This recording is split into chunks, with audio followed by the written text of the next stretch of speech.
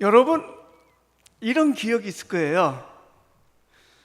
지난 가을에 입었던 옷을 봄에도 입잖아요. 춘추복이니까.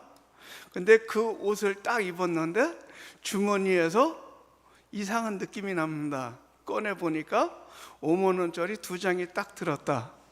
이런 경험 있죠? 없어요? 있죠? 우리 남성분들 특히 아내 몰래 비상금, 정말 비상금으로 쓰려고 살짝 감춰놓습니다.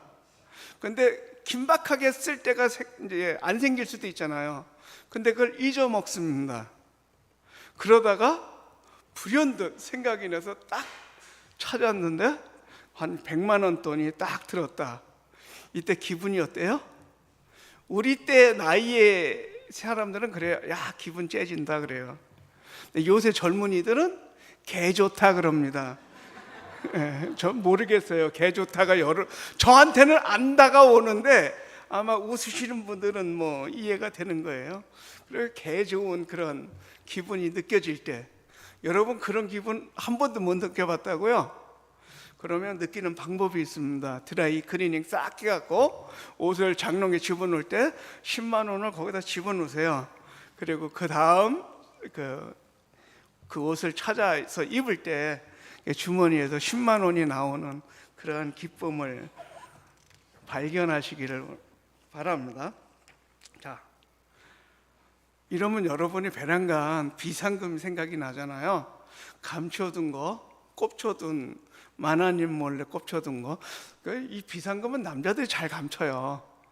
그러니까 오늘 예배 끝나고 가면 제일 먼저 그 확인하세요. 있는지 없는지. 아니면 사모님이 이미 써버렸을 수도 있으니까 오늘 발견하는 기쁨이 여러분 안에 있기를 축복합니다. 예, 이런 거 축복한다고 아멘하면 이제 문제 있는 거예요. 예. 자, 우리가 신앙생활 하는데요, 잊어버린 게 있어요. 근데 문제는 잊어버리고도 기억을 못하는 겁니다. 오늘 설교는 굉장히 따끈따끈해요. 저는 따뜻한 밥을 짓는다는 그러한 생각 속에서 재탕 설교를 잘 안 합니다. 그러다 보니까 이제 어떨 때는 생각 속에 제가 이제 제 생각도 꼬일 때가 있는데, 그 한 4일 전에, 지난주 목요일이었어요. 그 목사님들이 모였어요. 그 대학 동창들이.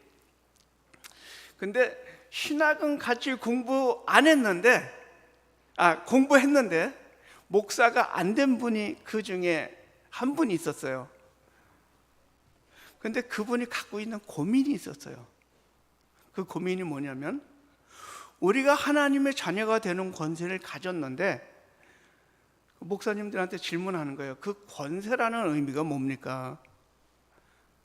우리가 어떤 권세를 누려야지 그 이름을 영접하는 자, 예수의 이름을 믿는 자에게 하나님의 자녀가 되는 권세를 줬는데 어떻게 하면 그 권세를 누리고 삽니까? 이런 질문을 6명의 목사에게 던졌습니다. 고민스러웠어요.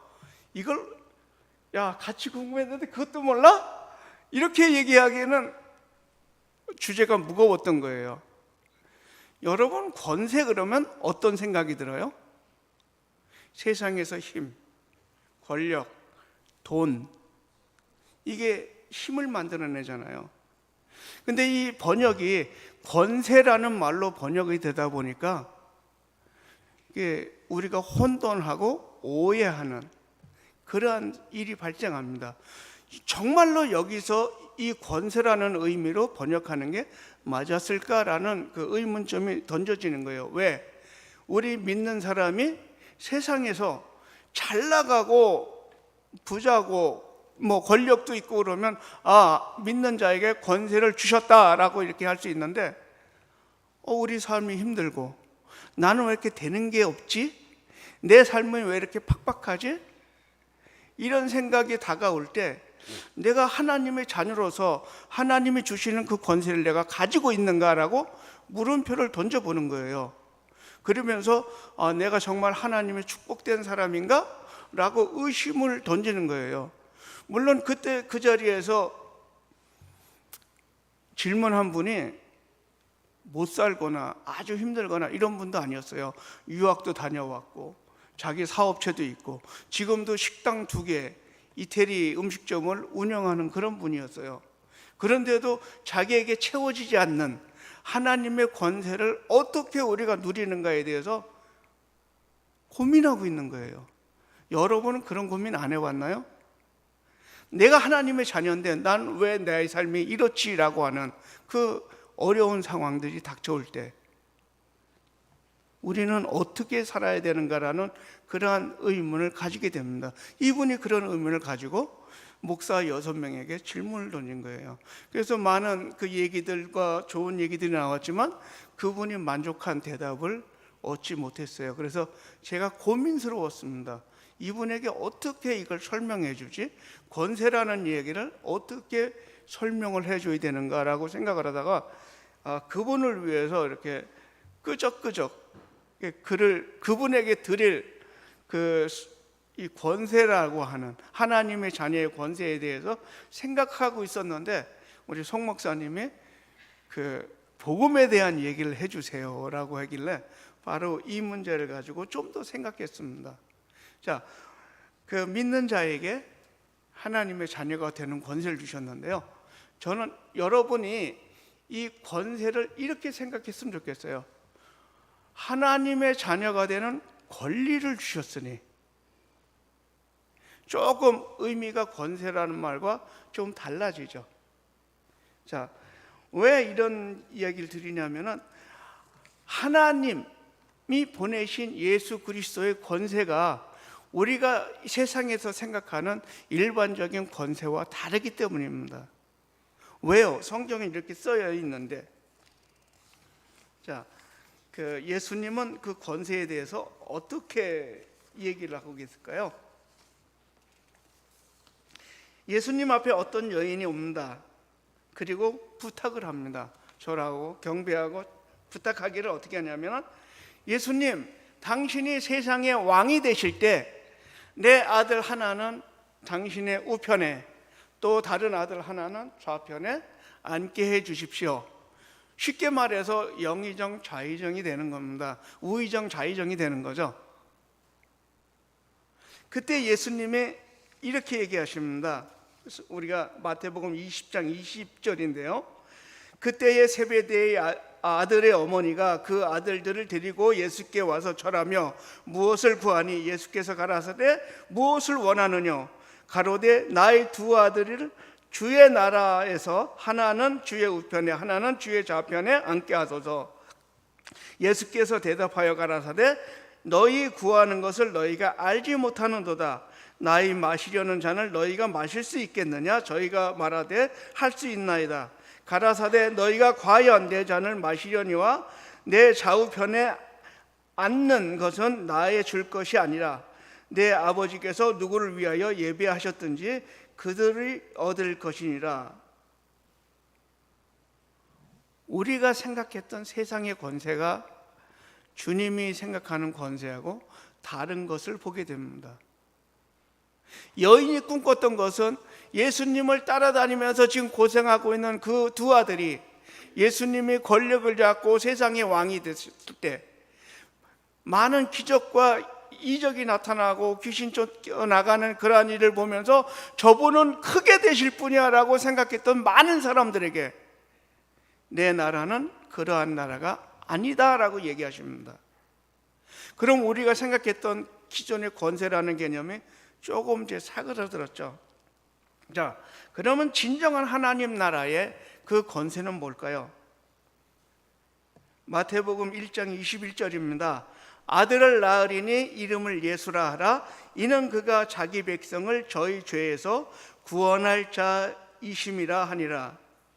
이 모든 일이 된 것은 주께서 선지자로 하신 말씀을 이루려 하심이니 가라사대 보라 처녀가 잉태하여 아들을 낳을 것이요 그 이름을 임마누엘이라 하리라 하셨으니 이를 번역한즉 하나님이 우리와 함께 계시다 함이라 라고 얘기합니다. 우리가 그냥 일반적인 단어라는 그 권세라는 것과 하나님의 그 나라의 그 권세 개념이 달랐던 것입니다. 우리는 권세 그러면은 최근에 찰스 황태자가 그 60년의 공백을 깨고 엘리자벳 그 여왕이 죽음으로 인해서 왕이 되는 대관식을 가졌습니다. 1700억을 썼대요. 그 옛날 전통적으로 하는 왕의 대관식을 하기 위해서. 얼마나 그 호사스럽고 명예가 있고 영광이 있는 그런 왕의 대관식이 됐겠어요? 근데 우리는 이렇게 생각해요. 하나님, 우리도 하나님의 자녀잖아요. 우리는 하나님을 왕 중의 왕, 우주의 왕, 킹 오브 유니버스라고 얘기하는데, 그럼 우리는 뭐예요? 최소한 빈 쌀만 사우디 황태자는 안 돼도 우리 그 옆에 작은 나라 만수르 정도는 돼야 되는 거 아니에요? 네, 만수르도 돈이 억만장자잖아요. 이런 생각을 은연중에 갖고 있는 거예요. 그러다 보니까 정말 우리가 생각해야 될 하나님의 나라와 하나님의 자녀되는 그 권리에 대해서 잊어버리게 된 겁니다. 세상을 향해서도 가다 보니까 내 관심이 신앙에서 멀어진 거예요. 무언가 진리를 추구하는 것들을 잊어버린 거예요. 자, 제가 열심히 그분을 향해서 준비하면서 제가 썼던 게 있습니다. 혹시 오늘 교회 처음 나오신 분 계세요? 나온 지 한 달이나 6개월밖에 안 됐다 그러는 분 있는가요? 예. 손 들라라고 하는 제가 바보죠, 그죠? 발을 내리세요 이렇게 해야 되는데, 예. 손을 내리세요. 그런 분 있으시면. 그러면 다른 분은 손을 올려야 되잖아요. 이렇게 공평해야 되는데 제가 깜빡 잊었습니다. 자, 우리가 하나님의 자녀가 된다는 거 어떤 거냐면요, 이게 성삼위 하나님의 합작품입니다.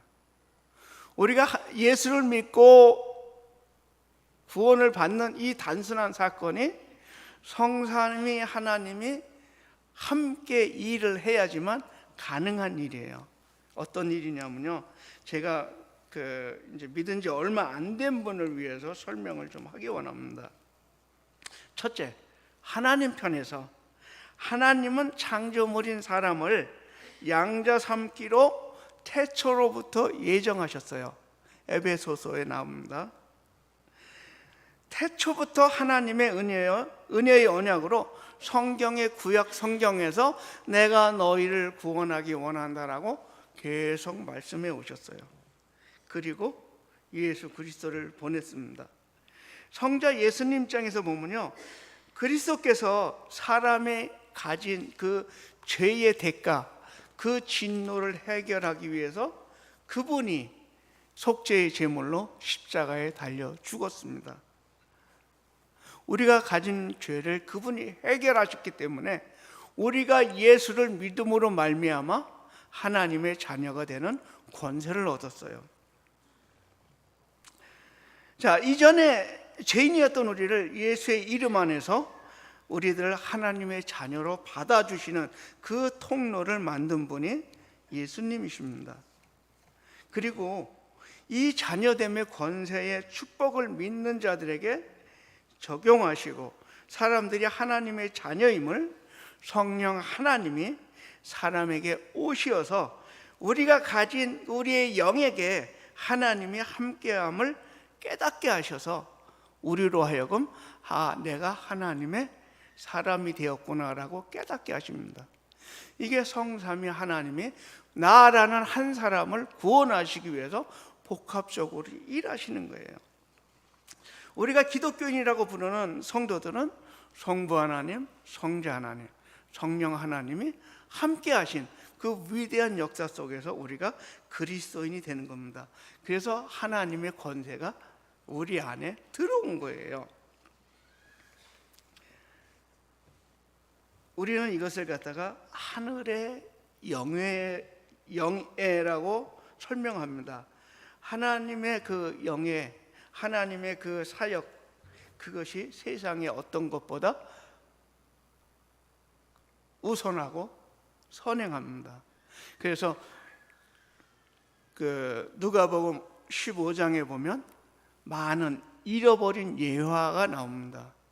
한 사람의 영혼이 회개하고 하나님께 돌아오는 것이 의인의 그 많은 의인보다 더 귀하게 여겨지는 것이 바로 그 죄인의 예화고요. 99마리의 양보다도 한 마리의 잃은 양을 찾아서 가는 것이 성경의 이야기입니다. 우리가 잊어버렸던 것, 우리가 잊어버린 영혼을 향해서 가는 것이 하나님의 권세의 이야기입니다. 우리가 생각하던 권세하고 좀 다르죠. 두 번째, 우리가 잊어버린 것이 있습니다. 제가 시간 체크하고 있어요, 목사님. 자, 두 번째 잊어버린 건 뭐냐면은 오늘 본문에 나왔던 얘기입니다. 하나님의 권세, 하나님의 권능, 이것을 잊어버리고 삽니다. 뭘까요? 베드로는 성령의 감화 감동으로 사람을 대할 때 그가 한번 설교하면 3,000명이 회개하고 우리가 이제 어떻게 할꼬, 우리가 죄를 깨달았는데 우리가 이제 예수를 새롭게 발견했는데 어떻게 해야 될까라고 고민할 때 베드로가 또 이렇게 얘기하죠. 나는 은과 금 내게 없거니와 내게 있는 건 내게 주니 곧 나사렛 예수의 이름으로 일어나 걸으라라고 얘기합니다. 예수의 이름에 권세가 있는 거지 베드로에게 있었던 건 아니에요. 근데 이 가장 그 초대교회 사람들은 하늘의 권세, 주님이 주셨던 그 권능에 대해서 가장 효과적으로 잘 사용했던 사람들입니다. 그런데 우리는 우리 시대에 와서 이 권세에 대해서 그냥 구원받은 걸로 만족하고 끝나는 경우가 많습니다. 그 코로나를 지나고 교회가 80% 이상이 아직 회복이 안 됐다라고 얘기를 합니다. 고민스럽죠. 베드로는 한 번에 3,000명의 그 그랜드 슬럼이라고 그러죠. 말로 홈런을 쳤는데 우리는 왜 이렇게 힘들까? 저희가 코로나가 끝나고 요르단으로 딱 들어갔을 때요, 그 주에 저희 교회 홈페이지, 페이스북에 홈페이지가 있는데 이런 글이 떴어요. 당신네 교회에서도 귀신을 쫓아내는 축사 사역을 합니까? 저는 SNS에 굉장히 약하고 카톡도 잘 안 하고 페이스북도 잘 안 하고, 저는 이쪽에 참 IT 쪽에 게을른 사람인데 아내가 그 얘기를 딱 하길래 그 이야기를 듣는 순간 제 속에서 거룩한 분노가 치밀어 올랐어요. 아니, 교회를 향해서 많은 질문이 있을 수 있지만 너희 교회는 귀신 쫓아낼 수 있어? 라고 묻는데, 아니, 이 세상 사람들이 어떻게 교회를 보길래 이런 질문을 교회 홈페이지에다 글을 남겼을까 생각이 들었어요. 그래서 아내에게 두말 않고 우리 교회 오라고 그래 라고 답신을 보내라고 그랬습니다. 그리고 그 다음 주 주일날 됐는데 저 문쪽 한 구석에 머리를 쳐박고 있는 한 사람이 있었습니다. 아, 제겠구나. 새로운 사람이 딱 보였으니까요. 그래서 그날 이제 우리가 가고 이제 첫 번째 예배 드리는 시간이기 때문에 우리 성도들을 만나기도 바쁘잖아요. 그래서 얘기했습니다. 지금은 우리가 서로 교제하는 시간이니까 목요일 날 저녁에 오면 성경 공부를 하고 너를 위해서 기도하겠다라고 얘기했습니다.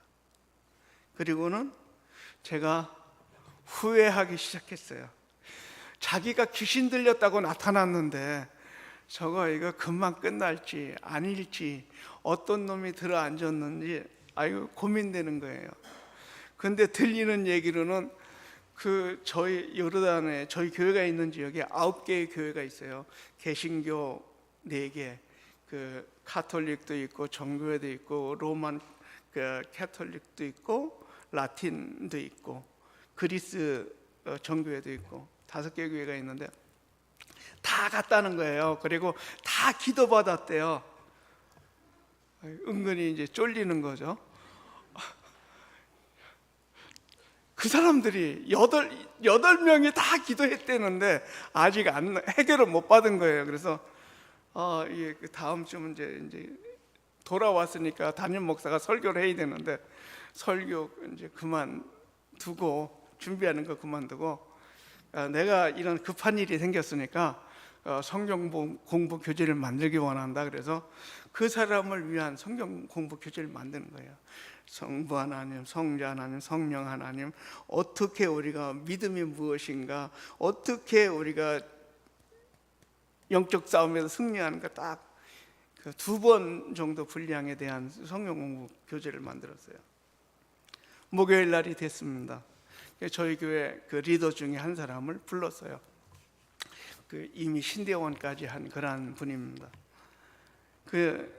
왜냐하면 귀신 들리는 사람은 힘이 세거든요. 이게 달겨들면 감당하기가 힘들어요. 또 어떤 일이 일어날지 모르니까 이게 남자를 불렀습니다. 그리고 4시에 앉아서 성경 공부를 시작했습니다. 하나님을 설명하고 신자들의 가진 권능과 권위와 또 말씀으로 어떻게 역사하는지 설명을 하고 그리고 또 물었습니다. 너 어떻게 귀신 들렸는데? 라고 물었을 때 그가 얘기했어요. 내가 이 코로나로 직장을 잃고 직업을 하나 얻어보려고 호텔에 가서 외국인들을 만났는데 모로코 사람 2을 만났대요. 그리고 그들이 이런 신비주의에 우리로 말하면 영지주의자인데요. 이게 이슬람에서도 이렇게 영적인 행위를 하는 수피들이 있어요. 그들이 나에게 향을 피워서 비스밀라 알라의 이름으로 하면서 머리도 대고 가슴에도 대고 발에 무릎 다 이렇게 대면서 뭔가 주술 행위를 했는데 그 다음부터 내 입에서 된소리가 나오고 머리가 아프고 이 사람과의 관계가 깨어지고 나는 원치 않는 소리들이 나오고 그래서 내가 귀신 들렸다는 걸 알았대요. 그래서 어떻게 했는데 그랬더니 내가 8개 교회를 다 갔는데 아직도 해결받지 못했습니다. 성경 공부를 이제 반쯤 하고 저는 그 사람을 오늘 딱 고쳐주면 안 되는 거예요. 한 번 더 만나서 또 이렇게 예수를 증거하고 전도해야 되는 시간이 있기 때문에 오늘은 그럼 네가 그 이후로 머리가 아프고 배가 아팠으니까 요것만 먼저 위해서 기도할게. 그리고 귀신 쫓아내는 건 다음 주에 하자라고 했는데 손을 얹자마자 이 친구가 떨기 시작하는 거예요. 여러분 콘서트에 가면 헤드빙 하죠. 우리 악기 다루시는 분들 한번 헤드빙을 한번 해보실래요? 제가 유명한 록 가수입니다. 야, 헤드빙 시작? 안 해? 예. 헤드빙은 뭐냐면 머리를 막 흔들어가면서 이 노래에 맞춰서 분위기를 띄우는 행동입니다. 근데 사람이 일반적으로 하는 헤드빙이 아니고요. 여러분 헬스장에 가면 허리살 빼려고 벨트 메고 다다다다 움직이는 거 있잖아요. 그걸 움직이면 딱 처음 어떻게 돼요? 뱃살이 팍 떱니다. 마찬가지로 머리부터 전신이 떨기 시작하는데 한 5분 정도 지났을까? 이 친구가 이제 별 희한한 행동을 하기 시작했어요. 저는 혹시 토해서 오물이 튈까 뒤로 멀찍하게 서가지고 이제 손을 얹고 기도했습니다. 한 10분 정도 지나니까 이 청년 얼굴에 웃음이 돌아오고 미소가 생겨났어요. 예, 아멘 해도 돼요. 예, 송 목사님 때는 잘하는데 저 때는 안 하죠. 이게 고신측에서 자란 목사의 특징이에요. 예. 그 얘기 얘기했습니다. 손목에 이상한 천 같은 거를 메고 있더라고요. 녹색 천을. 너 그거 뭐야? 그랬더니 그거 향 피우고 이거 할 때 그들이 매줬대요. 너 그럼 끊을 수 있어?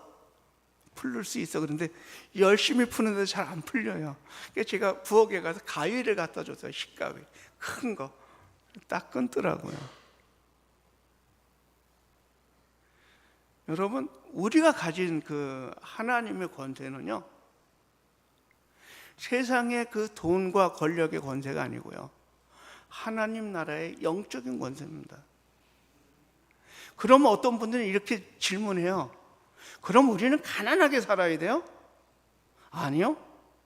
구약 성경에 보면요, 부자 되는 비결이 많아요. 저도 담임 목회를 하기 때문에 매년 1월 첫 주는 축복의 설교를 합니다. 어떻게 되면 부자가 될 수 있을까? 제목도 아주 쌈박해요. 부흥 강사로 불러주세요. 제가 3번은 할 수 있어요.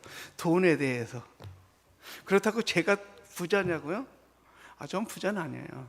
3부자입니다. 저는 아들 2이 있어요.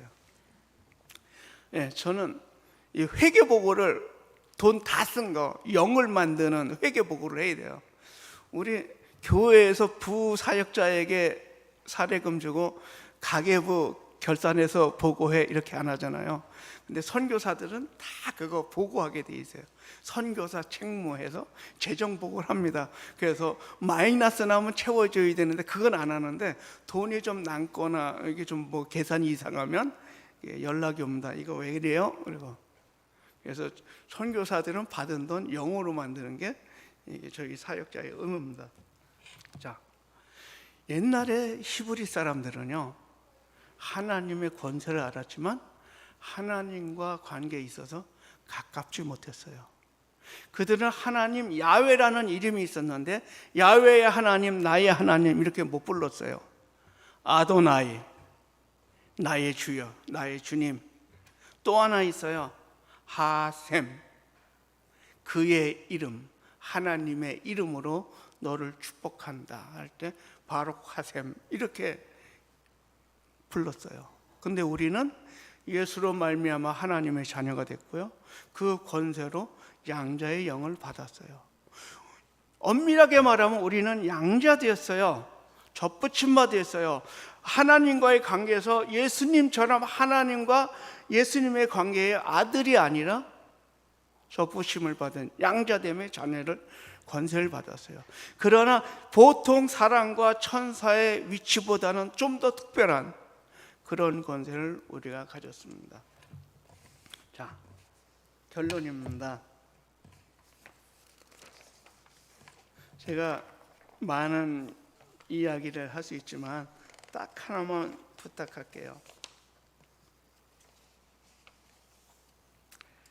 예수님이 우리를 향해서 이렇게 말씀하세요. 하나님은 우리의 아버지요, 우리는 그의 자녀입니다. 우리를 큰 사랑으로 자녀 삼아주신 아버지 하나님을 우리의 마음과 뜻과 힘을 다하여 사랑하라라고 얘기합니다. 신명기에 나오는 말씀이죠. 성품을 다하고 마음을 다하고 힘을 다해서 주 여호와 하나님을 사랑하라. 이게 하나님과 자녀된 관계지만 동일하게 그 계명을 지키는 자라야 나를 사랑하는 자니라고 말씀하세요. 그래서 우리의 권세는 만수르의 그 권세가 아니고요, 빌살만의 그 권세가 아니고요, 하나님의 자녀된 권리와 권세입니다. 그래서 주님이 이 땅에 오셨던 것처럼, 임마누엘의 하나님이 보여주신 것처럼 우리도 임마누엘의 하나님의 일을 대신하는 것이 하나님의 권세입니다. 기도하겠습니다.